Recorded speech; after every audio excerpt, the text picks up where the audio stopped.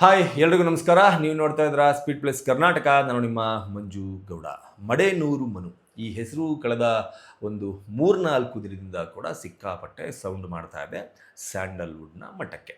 ಈ ಮಡೆನೂರು ಮನು ಎನ್ನುವ ಈ ಕಿರುತೆರೆ ಕಲಾವಿದ ಅಂದರೆ ಕಾಮಿಡಿ ಕಿಲಾಡಿಗಳು ಹಿಂದ ಗುರುತಿಸ್ಕೊಂಡಂತಹ ಈ ಕಲಾವಿದ ಕರ್ನಾಟಕದಲ್ಲಿ ಈತನ ನಟನೆಯಿಂದ, ಈತನ ಕಾಮಿಡಿ ಟೈಮಿಂಗ್ನಿಂದ ಸಿಕ್ಕಾಪಟ್ಟೆ ಜನರ ಮನಸ್ಸನ್ನು ಗೆದ್ದಿದ್ದ ಅಂತಂದ್ರೆ ತಪ್ಪಾಗಲ್ಲ. ಇದೇ ಕಾರಣಕ್ಕಾಗಿ ಸ್ಯಾಂಡಲ್ವುಡ್ನ ಮೇನ್ ಸ್ಟ್ರೀಮ್ ಅಂದರೆ ಬೆಳ್ಳಿ ಪರದೆ ಮೇಲೆ ಕೂಡ ಕಾಣಿಸಿಕೊಳ್ಳೋದಕ್ಕೆ ಅವಕಾಶಗಳು ಸಿಗ್ತಾ ಇತ್ತು. ಸಾಕಷ್ಟು ಅವಕಾಶಗಳನ್ನು ಈ ಮಡೆನೂರು ಮನು ಎನ್ನುವ ಈ ವ್ಯಕ್ತಿ ಪಡೆದುಕೊಳ್ತಾ ಬರ್ತಾ ಇದ್ದ. ಅದರ ಜೊತೆಗೆ ಇತ್ತೀಚೆಗೆ ಕಳೆದ ಶುಕ್ರವಾರ ಯೋಗರಾಜ್ ಭಟ್ರ ಬ್ಯಾನರ್ನಲ್ಲಿ ನಿರ್ಮಾಣ ಆದಂತಹ ಕುಲದಲ್ಲಿ ಕೀಳ್ಯಾವುದೋ ಸಿನಿಮಾದಲ್ಲಿ ನಾಯಕ ನಟ ಆಗಿ ಕೂಡ ಈತ ನಡೆಸಿದ. ಆದರೆ ಈತ ಮಾಡಿದಂತಹ ಒಂದೇ ಒಂದು ಕೆಲಸ ಇದೀಗ ಈತನ ಕರಿಯರ್ ಕಂಪ್ಲೀಟ್ ಡಿಸಾಸ್ಟರ್ ಆಗುವಷ್ಟರ ಮಟ್ಟಕ್ಕೆ ಬಂದು ನಿಂತಿದೆ. ನೀವೆಲ್ಲರೂ ಕೂಡ ಅನ್ಕೋಬೋದು, ಮಡೆನೂರು ಮನು ಅವರ ವಿಚಾರದಲ್ಲಿ ಮಡೆನೂರು ಮನು ಯಾವುದೋ ಒಬ್ಬ ಕಿರುತೆರೆ ಕಲಾವಿದೆಗೆ ಅಥವಾ ನಟಿಗೆ ಮೋಸ ಮಾಡಿದ್ದ ಪ್ರಕರಣದಲ್ಲಿ ಸಿಲುಕಿಕೊಂಡು ಈಗ ಆಲ್ರೆಡಿ 14 ದಿನ ನ್ಯಾಯಾಂಗ ಬಂಧನದಲ್ಲಿ ಇರುವ ಮಡೆನೂರು ಮನು ಭವಿಷ್ಯ ಇದಕ್ಕಾಗೆ ಹಾಳಾಯಿತು ಅಂತ ಎಲ್ಲರೂ ಕೂಡ ಅಂದ್ಕೊಂಡಿರ್ಬೋದು. ಆದರೆ ಇದು ಕೂಡ ಒಂದು ರೀಸನ್. ಆದರೆ ಕನ್ನಡ ಚಿತ್ರರಂಗದಲ್ಲಿ ಇವರನ್ನು ಬ್ಯಾನ್ ಮಾಡುವ ಮಟ್ಟಕ್ಕೆ ಆಲೋಚನೆಗಳು, ಮೀಟಿಂಗ್ಗಳು, ಅಭಿಪ್ರಾಯಗಳು ವ್ಯಕ್ತವಾಗ್ತಾ ಇದೆ ಅಂತಂದರೆ ಅದಕ್ಕೂ ಕೂಡ ಕಾರಣ ಇದೆ. ಆ ಆಡಿಯೋನ ಕೂಡ ನೀವು ಕೇಳಿರ್ತೀರ. ಮಡೆನೂರು ಮನು ಯಾವಾಗ ಈ ಒಂದು ಕಾಮಿಡಿ ಕಿಲಾಡಿಗಳಲ್ಲಿ ಗುರುತಿಸ್ಕೊಳ್ತಾರೆ, ನೇಮ್ ಫೇಮ್ ಬೆಳೆಯೋದಕ್ಕೆ ಸ್ಟಾರ್ಟ್ ಆಗುತ್ತೆ. ಸೊ ಅಲ್ಲೇ ಇದ್ದಂತಹ ಇನ್ನೊಬ್ಬ ಕಿರುತೆರೆ ನಟಿ, ಆ ಕಿರುತೆರೆ ನಟಿಯ ಜೊತೆಗೆ ಒಂದು ಅಕ್ರಮವಾದಂತಹ ಸಂಬಂಧವನ್ನು ಇಟ್ಟುಕೊಳ್ಳುವ ಮೂಲಕ ಆಕೆಯೇ ಹೇಳುವಂತೆ ಹಲವಾರು ಬಾರಿ ಆಕೆಯ ಮೇಲೆ ಅತ್ಯಾಚಾರವನ್ನು ಎಸಗಿ ಆಕೆಯನ್ನು ಮದುವೆ ಆಗ್ತೀನಿ, ನಿನಗೊಂದು ಲೈಫ್ ಕೊಡ್ತೀನಿ ಅಂತ ನಂಬಿಸಿ ಆಕೆಯನ್ನು ಇತ್ತೀಚಿನ ದಿನಗಳಲ್ಲಿ ನೆಗ್ಲೆಕ್ಟ್ ಮಾಡಿಕೊಂಡು ನಿನ್ನ ಪಾಡಿಗೆ ನೀನಿರು, ನನ್ನ ಪಾಡಿಗೆ ನಾನು ಇರ್ತೀನಿ ಎನ್ನುವ ಒಂದು ಮಾತುಗಳನ್ನು ಹೇಳುವ ಮೂಲಕ ಆಕೆಗೆ ಮೋಸ ಮಾಡುವಂತಹ ಕೆಲಸವನ್ನು ಮಡೆನೂರು ಮನು ಮಾಡಿದ್ದ ಅನ್ನೋದು ಅವರ ಮೇಲೆ ಇರುವಂತಹ ದೊಡ್ಡ ಆರೋಪ.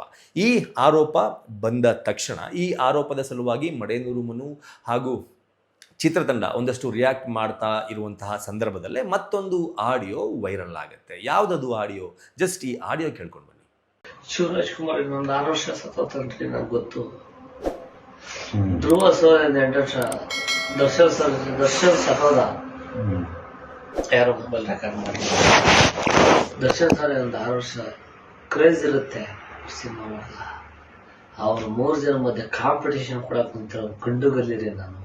ಎಸ್ ಸರ್, ಈ ಆಡಿಯೋ ಮಡೆನೂರು ಮನು ಅವರೇ ಮಾತನಾಡಿದ್ದು ಅಂತ ಹೇಳಲಾಗ್ತಾ ಇದೆ. ಆದರೆ ಈ ಒಂದು ಆಡಿಯೋದ ಸಲುವಾಗಿ ಇದೀಗ ಕನ್ನಡ ಚಿತ್ರರಂಗದಲ್ಲಿ ವ್ಯಾಪಕ ಆಕ್ರೋಶ ವ್ಯಕ್ತವಾಗ್ತಾ ಇದೆ. ಕನ್ನಡ ಚಿತ್ರರಂಗದ ಅಂದರೆ ಫಿಲ್ಮ್ ಚೇಂಬರ್ ಕೂಡ ಈ ಒಂದು ಆಡಿಯೋವನ್ನು ಕೇಳಿ ಮಡೆನೂರು ಮನು ಇದನ್ನು ನಿಜವಾಗ್ಲೂ ಮಾತನಾಡಿದರೆ ಇದು ಅಕ್ಷಮ್ಯ ಅಪರಾಧ, ಆತನನ್ನು ಚಿತ್ರರಂಗದಿಂದ ಬ್ಯಾನ್ ಮಾಡುವ ದೃಷ್ಟಿನಲ್ಲಿ ನಾವು ಯೋಚನೆಯನ್ನು ನಡೆಸಬೇಕಾಗತ್ತೆ. ಯಾಕಂತಂದರೆ ಈ ಆಡಿಯೋದಲ್ಲಿ ಮಡೆನೂರು ಮನು ಏನು ಹೇಳಿದಾನೆ ಅಂದರೆ, ಶಿವರಾಜ್ ಕುಮಾರ್ ಅವರು ಇನ್ನು ಕೆಲವೇ ವರ್ಷಗಳು ಮಾತ್ರ ಬದುಕೋದು, ಸತ್ತೋಗ್ಬಿಡ್ತಾರೆ. ದರ್ಶನ್ ಆಲ್ರೆಡಿ ಆಗಿದೆ. ಧ್ರುವ ಸರ್ಜಾ ಕ್ರೇಜ್ ಇನ್ನೊಂದು ಸ್ವಲ್ಪ ವರ್ಷ. ಈ 3 ಜನಕ್ಕೂ ಕಾಂಪಿಟೇಷನ್ ಕೊಡೋದಕ್ಕೆ ಬರ್ತಾ ಇರೋನೇ ಕಣೋ ಈ ಗಂಡು. ಗೊತ್ತಿಲ್ಲ ಅದು ಯಾವ ಆ್ಯಂಗಲ್ನಿಂದ ಈ ಮನುಷ್ಯ ಈ 3 ಜನಕ್ಕೆ, ಶಿವಣ್ಣ, ದರ್ಶನ್ ಹಾಗೂ ಧ್ರುವ ಸರ್ಜಾ, ಈ 3 ಜನಕ್ಕೆ ಈ ಮನುಷ್ಯ ಯಾವ ಆ್ಯಂಗಲ್ನಿಂದ ಕಾಂಪಿಟೇಷನ್ನ ಕೊಡ್ಬೋದು ನನಗಂತೂ ನಿಜವಾಗ್ಲೂ ಗೊತ್ತಾಗ್ತಾ ಇಲ್ಲ. ಆ ಆಡಿಯೋದಲ್ಲಿ ನಿಜವಾಗ್ಲೂ ಈತನೇ ಅದನ್ನೆಲ್ಲ ಮಾತನಾಡಿದ್ದಾಗಿದ್ದಾರೆ. ಸೊ ಒಂದು ಕಡೆ ಈ ಆಡಿಯೋ ವೈರಲ್ ಆದ ಬಳಿಕ ಚಿತ್ರರಂಗ ರಿಯಾಕ್ಟ್ ಮಾಡೋದಕ್ಕೆ ಸ್ಟಾರ್ಟ್ ಮಾಡಿದೆ. ಜಗ್ಗೇಶ್ ಅವರು ಕೂಡ ಒಂದು ಟ್ವೀಟನ್ನು ಮಾಡಿದರು. ಸಾಕಷ್ಟು ಜನ ಕಲಾವಿದರು, ನಿರ್ಮಾಪಕರು, ನಿರ್ದೇಶಕರು ಮಡೆನೂರು ಮನು ಮಾತನಾಡಿರುವ ಮಾತುಗಳ ಬಗ್ಗೆ ತಮ್ಮ ಅಭಿಪ್ರಾಯಗಳನ್ನು ವ್ಯಕ್ತಪಡಿಸ್ತಾ ಇದ್ದಾರೆ, ಕಿಡಿಕಾರ್ತಾ ಇದ್ದಾರೆ. ಇಂಥವರು ಇಂಡಸ್ಟ್ರಿಗೆ ಮಾರಕ ಅಂತ ಹೇಳ್ತಾ ಇದ್ದಾರೆ. ಇದೇ ಸಂದರ್ಭದಲ್ಲಿ ಕಾರ್ಪೊರೇಟರ್ ಕೂಡ ಆಗಿರುವಂತಹ, ಅಂದರೆ BJPಯ ಕಾರ್ಪೊರೇಟರ್ ಕೂಡ ಆಗಿರುವಂತಹ NR ರಮೇಶ್ ಅವರು ಕರ್ನಾಟಕದ 30ಕ್ಕೂ ಹೆಚ್ಚು ಕಡೆಗಳಲ್ಲಿ ಮಡೆನೂರು ಮನು ಅವರ ಈ ಹೇಳಿಕೆಯ ವಿರುದ್ಧ ಒಂದು ಕಂಪ್ಲೇಂಟನ್ನು ದಾಖಲಿಸುವಂತಹ ಕೆಲಸಗಳನ್ನು ಮಾಡಿದ್ದಾರೆ. ಬೆಂಗಳೂರು ಒಂದರಲ್ಲಿಯೇ ಹತ್ತಿರ 7 ಕಡೆ ಮಡೆನೂರು ಮನು ಅವರ ವಿರುದ್ಧ ಕಂಪ್ಲೇಂಟ್ ದಾಖಲಾಗಿದೆ. ಕರ್ನಾಟಕ ಸೇರಿದಂತೆ, ಬೆಂಗಳೂರು ಸೇರಿದಂತೆ ಓವರಾಲ್ ಇಡೀ ಕರ್ನಾಟಕದಲ್ಲಿ 31ಕ್ಕೂ ಅಧಿಕ ಕಡೆಗಳಲ್ಲಿ ಮಡೆನೂರು ಮನು ಅವರ ವಿರುದ್ಧ ಕಂಪ್ಲೇಂಟ್ ದಾಖಲಾಗಿದೆ. ಇವರನ್ನು ಕನ್ನಡ ಚಿತ್ರರಂಗದಿಂದ ಬ್ಯಾನ್ ಮಾಡಬೇಕು. ಕನ್ನಡ ಚಿತ್ರರಂಗದಿಂದ ಮಾತ್ರ ಅಲ್ಲ, ಈತನಿಗೆ ಕಿರುತೆರೆಯಲ್ಲೂ ಮುಂದಿನ ದಿನಗಳಲ್ಲಿ ಅವಕಾಶಗಳು ಸಿಗಬಾರ್ದು. ಜೀ ಕನ್ನಡ ವಾಹಿನಿ ಜೊತೆಗೂ ಕೂಡ ಕನ್ನಡ ಚಿತ್ರರಂಗ ಮಾತನಾಡುವಂತಹ ಕೆಲಸವನ್ನು ಮಾಡುತ್ತೆ. ಇನ್ನು ಮುಂದೆ ಯಾವುದೇ ಕಾರಣಕ್ಕೂ ಮಡೇನೂರು ಮನುವನ್ನು ಹಾಕಿಕೊಂಡು ಯಾವುದೇ ಕಾರ್ಯಕ್ರಮವನ್ನು ಮಾಡಬಾರ್ದು, ಯಾವುದೇ ಸ್ಕಿಟ್ಗಳನ್ನು ಮಾಡಬಾರ್ದು, ಮಡೇನೂರು ಮನುವನ್ನು ಕ್ಯಾಮ್ರಾ ಮುಂದೆ ತೋರಿಸಬಾರ್ದು. ಹಾಗೂ ಚಿತ್ರರಂಗದಿಂದ ಕೂಡ ಈತನನ್ನು ಕಂಪ್ಲೀಟ್ ಆಗಿ ಬ್ಯಾನ್ ಮಾಡಿ ಚಿತ್ರರಂಗದಿಂದ ಹೊರಗಡೆ ಹಾಕಬೇಕು. ಯಾಕಂತಂದರೆ ಈ ಮೂರು ಜನ ನಟರು ಕೂಡ, ಶಿವರಾಜ್ ಕುಮಾರ್ ಅವರಾಗಲಿ, ದರ್ಶನ್ ಅವರಾಗಲಿ ಹಾಗೂ ಧ್ರುವ ಸರ್ಜಾ ಅವರಾಗಲಿ, ಈ ಮೂರು ಜನ ನಟರು ಕೂಡ ಡೈರೆಕ್ಟಾಗಿ ಮಡೇನೂರು ಮನು ಅವರ ಜೊತೆಗೆ ಕಾಂಟ್ಯಾಕ್ಟ್ನಲ್ಲಿ ಇಲ್ಲ. ಈ ಮೂರು ಜನ ನಟರು ಮಡೇನೂರು ಮನು ಅವರ ವಿರುದ್ಧ ಕಾಂಪಿಟೇಷನ್ಗೆ ಇಳಿಬೇಕು ಅನ್ನೋದು ಯಾವುದೇ ದರ್ದು ಈ ಮೂರು ಜನ ನಟರಿಗೂ ಕೂಡ ಇಲ್ಲ.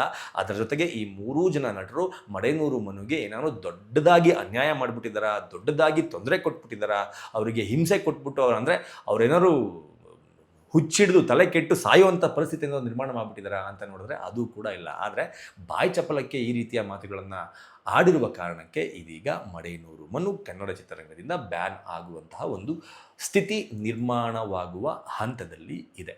ಏನನ್ಸುತ್ತೆ ನಿಮಗೆ ಮಡೇನೂರು ಮನು ಅವರ ಈ ಎರಡು ವಿಭಿನ್ನವಾದ ಕೇಸ್ಗಳನ್ನು ನೋಡಿದಾಗ? ಒಂದು, ಸಹ ನಟಿಯ ಜೊತೆಗೆ ದುರ್ವರ್ತನೆಯನ್ನು ತೋರಿ ಅತ್ಯಾಚಾರವನ್ನು ಎಸಗಿದ್ದಾರೆ ಎನ್ನುವ ಆರೋಪ. ಮತ್ತೊಂದು ಆರೋಪ, ಶಿವರಾಜ್ ಕುಮಾರ್ ಹಾಗೂ ದರ್ಶನ್ ಹಾಗೂ ಧ್ರುವ ಸರ್ಜಾ ಈ ಮೂರೂ ಜನ ನಟರುಗಳ ಬಗ್ಗೆ ಕೆಟ್ಟದಾಗಿ ಮಾತನಾಡಿದ್ದಾರೆ ಎನ್ನುವ ಆರೋಪ. ಕಮೆಂಟ್ ಬಾಕ್ಸ್ ಮೂಲಕ ನಿಮ್ಮ ಅಭಿಪ್ರಾಯಗಳನ್ನು ತಿಳಿಸಿ ಅಂತ ಕೇಳ್ಕೊತಾ ಈ ವಿಡಿಯೋನ ಮುಗಿಸ್ತಾ ಇದ್ದೀನಿ.